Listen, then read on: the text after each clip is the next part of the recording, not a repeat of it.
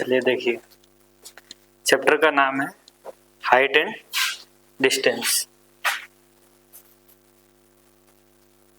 Height and distance, ये पूरा chapter 4 marks का आता है। 4 मार्क्स और कई बार कुछ एमसीक्यू में भी पूछ देता है 1 मार्क्स एडिशनल। नॉर्मली आपको ये 4 मार्क्स का देगा, ठीक है।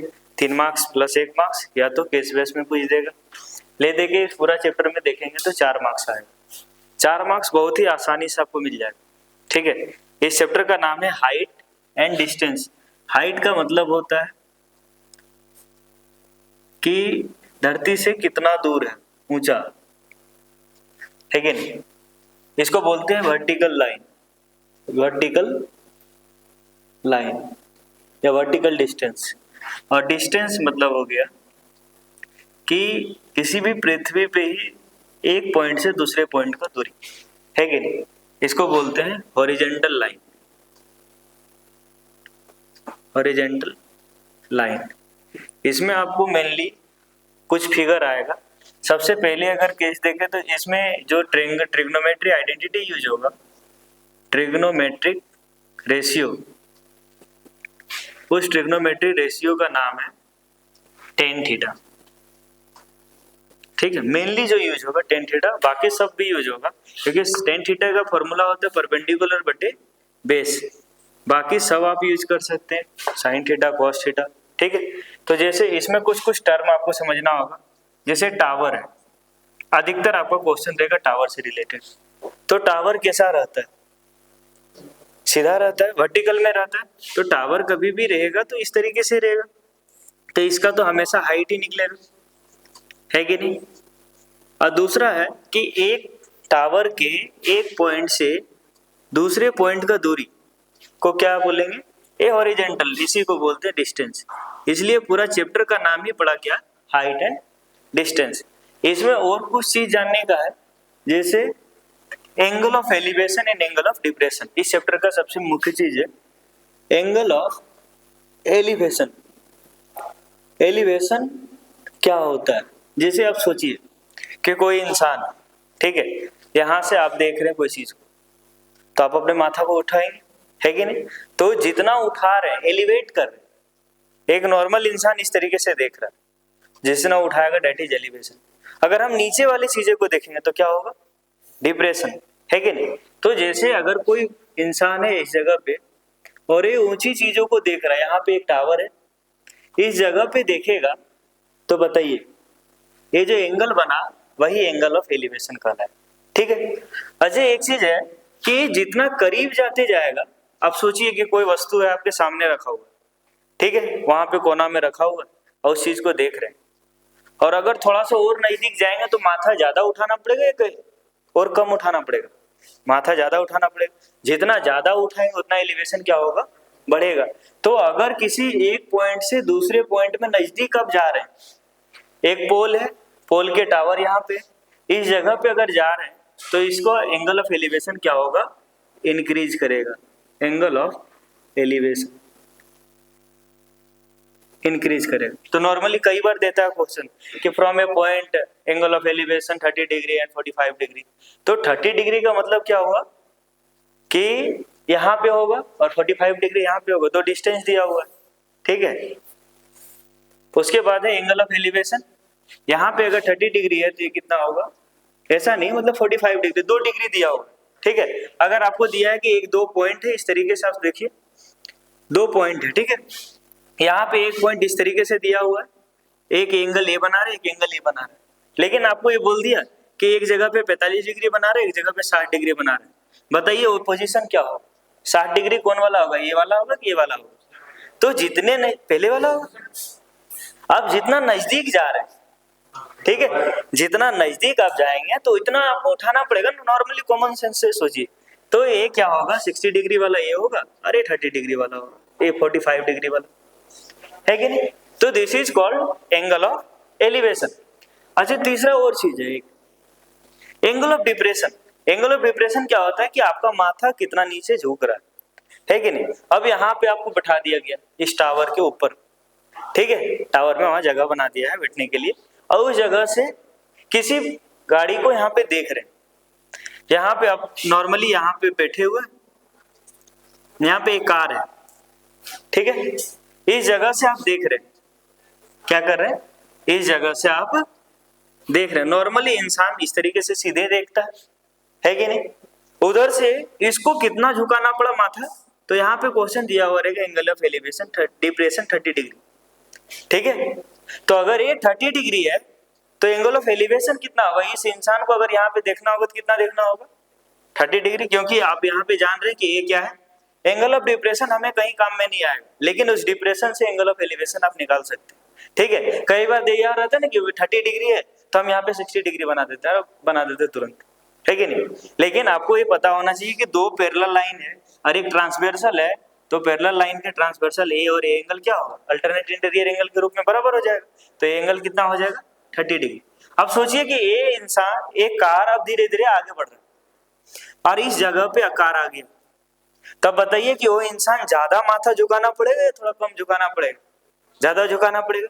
तो ये इंसान थोड़ा ज्यादा झुकाएगा तो एंगल ऑफ डिप्रेशन क्या होगा, बढ़ेगा, और जब वो बढ़ेगा तो 30 से ज्यादा होगा। मान लीजिए कि 60 डिग्री बनाए तो इधर कितना होगा, 60 डिग्री होगा, ठीक है। तो angle of elevation angle of depression का ये फंडा है कि जितना उसके करीब जाते जाएंगे उतना एंगल ऑफ एलिवेशन बढ़ेगा, ठीक है। और तीसरा ये चीज हो गया, angle of elevation angle of depression, this is called angle of depression. Angle of depression, कितना आप झुक रहे हैं, किसी भी वस्तु को देखने के लिए कितना माथा को झुकाना पड़ रहा है, उसी को क्या बोलते हैं, एंगल ऑफ डिप्रेशन। फिर तीसरा एक और टर्म आता है, इससे पहले एक टर्म बता रहे, एक टावर है, ठीक है। तीसरा है, आता है कई बार एंगल ऑफ डिप्रेशन, दूसरा आ गया एंगल ऑफ एलिवेशन, तीसरा टावर आ गया। तीसरा आता है कई बार पतंग के केस में स्टिंग, ठीक है, स्टिंग धागा, ठीक है। कई बार देखे कोई इंसान है यहाँ पे इस तरह से बोलेगा कि एक पतंग को आप उड़ा रहे हैं और ये पतंग वहां पे दिख रहा है धरती से कितना दूरी में, तो लगभग यहाँ कोई इंसान एक पोल से, या जहाँ पे पतंग हमेशा इस तरीके से नहीं उड़ता, ये बात याद रखिए, हमेशा इस तरीके से उड़ रहा है कि नहीं। तो यहाँ पे बोलेगा कि वो पृथ्वी की दूरी से लगभग 40 मीटर है और वो इंसान का दूरी यहाँ पे कुछ होगा, तो बोलेगा बताओ स्टिंग का दूरी कितना होगा, या एंगल ऑफ एलिवेशन वहां से बना रहा है 30 डिग्री, तो वहां पे स्टिंग का मांगेगा, तो इस जगह पे इसी चीज को बोलते स्टिंग, ठीक है, धागा। कई बार पूछेगा, एक और टर्म इसमें आएगा, इसको बोलते हैं फ्लैग स्टेप, स्टाफ होता है या कुछ होता है, इसी तरीके से फ्लैग जैसा होता है, ठीक है। तो जैसे यहाँ पे कोई आप एक पोल में है, दिस इज ए पोल, या तो एक टावर है, टावर के ऊपर क्या कर रहे हैं, एक झंडा को लहरा रहे हैं, इस तरीके से झंडा लहरा रहा है, मान लीजिए कि इस तरीके से, ठीक है। अभी झंडा लहर नॉर्मली मान लीजिए, ठीक है, ये झंडा ही है, तो यहाँ पे ये टावर तो एंड यहीं पे हो गया, टावर के बाद वो क्या है, झंडा है कि नहीं, झंडा पूरा बना लीजिए, या तो टावर यहीं तक है, यहाँ तक है टावर, उसके बाद ये झंडा है। तो बोल रहा है कि टावर के टॉप को अगर हम देख रहे हैं तो एंगल ऑफ एलिवेशन बन रहा है 30 डिग्री, लेकिन अगर फ्लैग स्टेप के टॉप को देख रहे हैं तो एंगल ऑफ एलिवेशन बन रहा है 45 डिग्री। फिर क्वेश्चन पूछेगा, बताइए ये डिस्टेंस कितना है, इसका ही कितना है, ये सब चीजें पूछेगा, ठीक है। तो कुछ कुछ टर्म है, ये सब चीजें कई बार पूछता है। स्टेयर के केस में सीढ़ी जो लगता है, आप देखिए हमें सीढ़ी कैसा लगता है, इस तरीके से लगता है कि नहीं, सीढ़ी कभी भी लगेगा तो यहाँ पे ये दीवार है और इस तरीके से ये लगेगा, दिस इज कॉल्ड सीढ़ी। कई बार बोलेगा सीढ़ी का हाइट निकालिए, सीढ़ी का लेंथ निकालिए, ठीक है। तो इस तरीके से तो कुछ कुछ टर्म है, हाइट है, क्या होता है डिस्टेंस, ट्रिग्नोमेट्रिक रेशियोज, ठीक है। ये सब केस में, इस केस में अगर रहा सीढ़ी के केस में या स्टेयर के केस में, तो स्टेयर के केस में यूज होगा साइन थीटा। यहाँ पे पतंग के केस में भी काइट रिलेटेड क्वेश्चन रहेगा, काइट रिलेटेड क्वेश्चन, तो इस केस में भी आपको लगेगा क्या, इसमें भी साइन थीटा यूज होगा, ठीक है। तो पहला ये है, इसको लिख लीजिए पहले, ठीक है।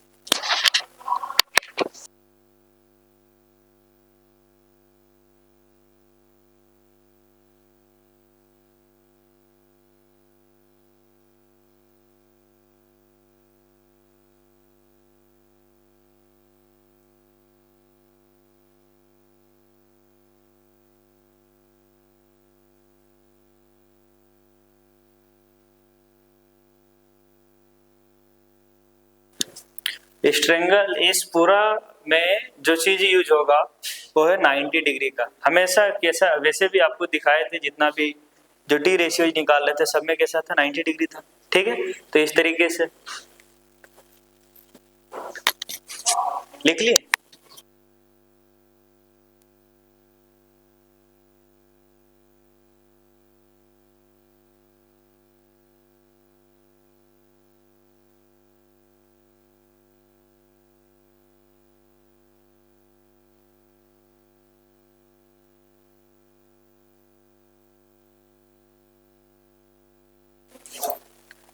चलिए इसके बाद है कुछ क्वेश्चंस पहले करवाते हैं कि किस तरीके से क्वेश्चन रहेगा। जैसे आपके पास क्वेश्चन रहेगा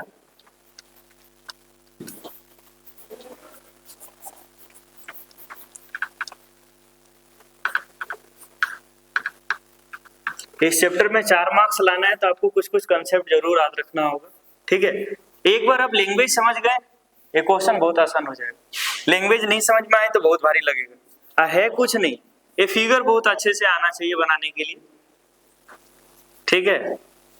फिगर बन गया काफी है, क्वेश्चन पूरा clear.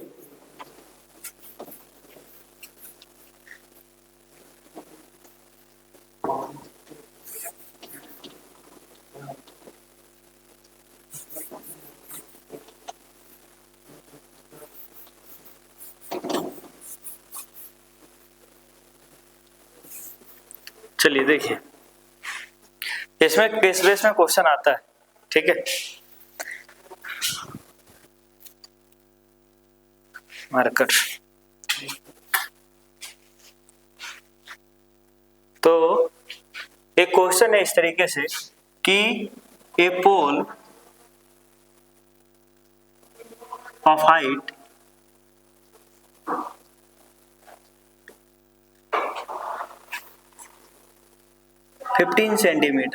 15 meter and a man is standing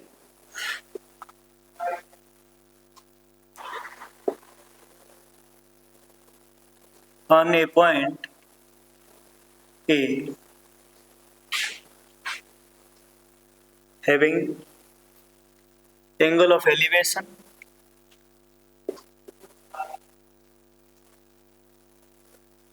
of top of the tower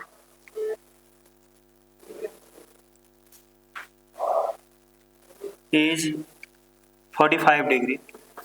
Find the distance between the man and the pole. ठीक है, तो पहला क्वेश्चन है, इसमें कहना ये चाह रहा है कि कोई एक पोल है, तो हम लिखेंगे सबसे पहले पोल दिखाएंगे। पोल हमेशा कैसा होगा, वर्टिकल होगा। इस बात को याद रखिए कि वर्टिकल और हॉरिजॉन्टल में कंफ्यूज नहीं होना है, ठीक है। वर्टिकल मतलब खड़ा, हॉरिजॉन्टल मतलब सोया हुआ।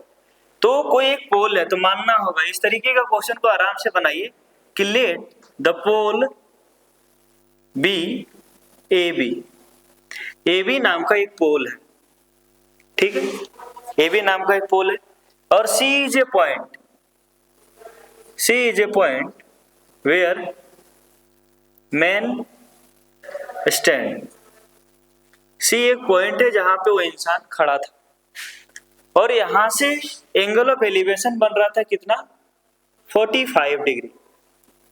कितना बन रहा था एंगल ऑफ एलिवेशन, तो सी से तो angle of elevation is equal to हो गया, angle of elevation is equal to 45 degree. अब 45 डिग्री किसका वैल्यू है, एंगल ए सी बी का मान है 45 डिग्री, ठीक है। अब यहाँ पे नॉर्मली यूज करेंगे टेन थीटा का कंसेप्ट, ठीक है। Tan theta is equal to होता है परपेंडिकुलर बटे बेस। हमें निकालना क्या है, ये चीजें हमें दे दिया है कितना 45 मीटर, है कि नहीं? कितना दिया 15 meter. A B is equal to given, यहाँ पे लिखते जाएंगे given A B is equal to 15 meter, है कि नहीं? ए बी का मान दे दिया। अब यहाँ पे इसको निकालना है, तो क्या परपेंडिकुलर और बेस से रिलेटेड हमारे पास कोई एक टर्म है जिसको बोलते हैं tan theta. Tan 45 degree is equal to हो जाएगा परपेंडिकुलर बटे बेस, तो परपेंडिकुलर है 15 बटे AC। अच्छा, टेन 45 डिग्री का वैल्यू कितना होता है? 1 होता है, 1 होता है 1/√3 का, ठीक है। टेन 45 डिग्री का वैल्यू होता है 1 इज इक्वल टू 15/AC, तो ये क्रॉस होगा और फाइनली लिखा जाएगा AC is equal to 15 meter. यहाँ पे लिख देना होगा, चूंकि tan 45 degree is equal to 1। तो ऐसे पहला क्वेश्चन तो ऐसा रहेगा, बहुत ही सिंपल रहेगा, जो आपको क्वेश्चन आएगा नहीं, हो सकता है तो 1 मार्क्स में आ सकता है, बाकी सोचिएगा 4 मार्क्स में ये वाला क्वेश्चन दे तो बिल्कुल नहीं देगा, ठीक है। ऐसे ही क्वेश्चन रहेगा, पहला ही क्वेश्चन इसी तरीके का क्वेश्चन रहेगा कि एक इंसान है यहाँ पे और इसका एंगल ऑफ एलिवेशन बन रहा है 30 डिग्री,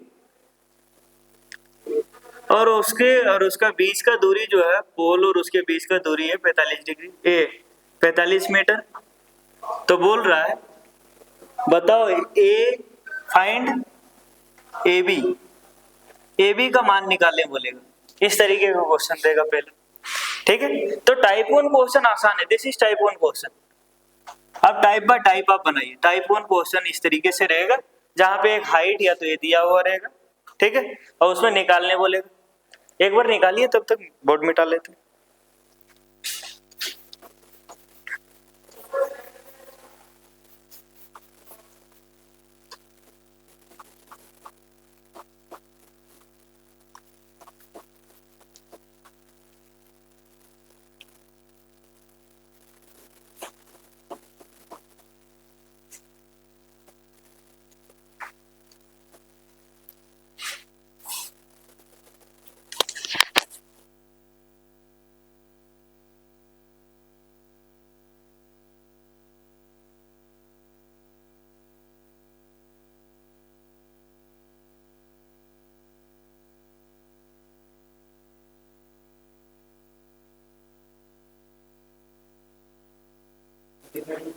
फोर्टी फाइव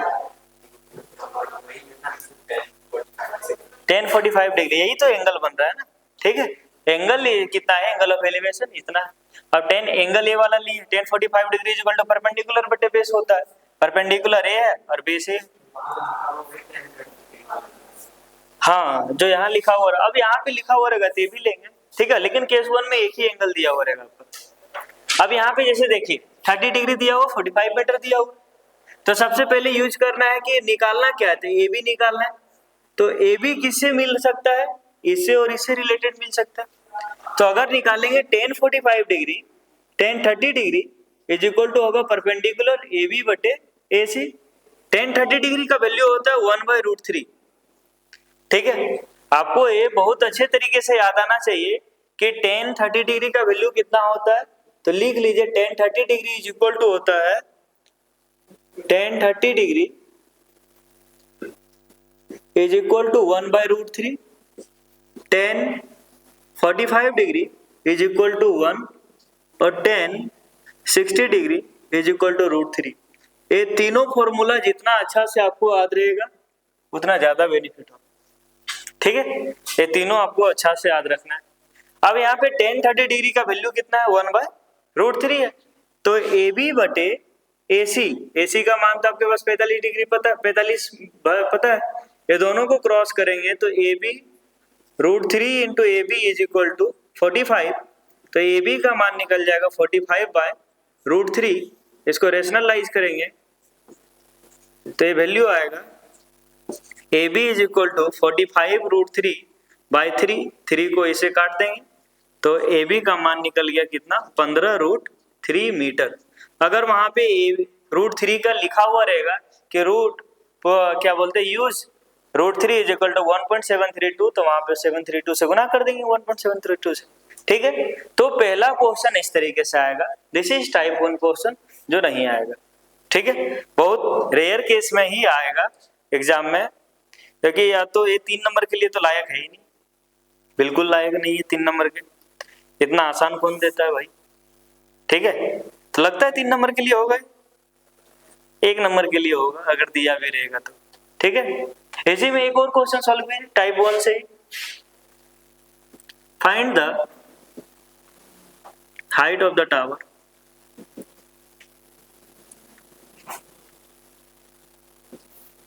इस तरीके से दिया होगा,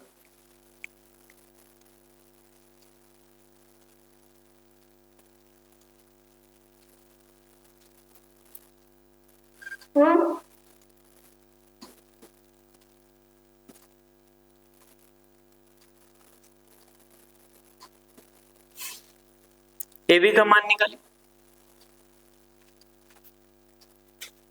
find the height of the tower.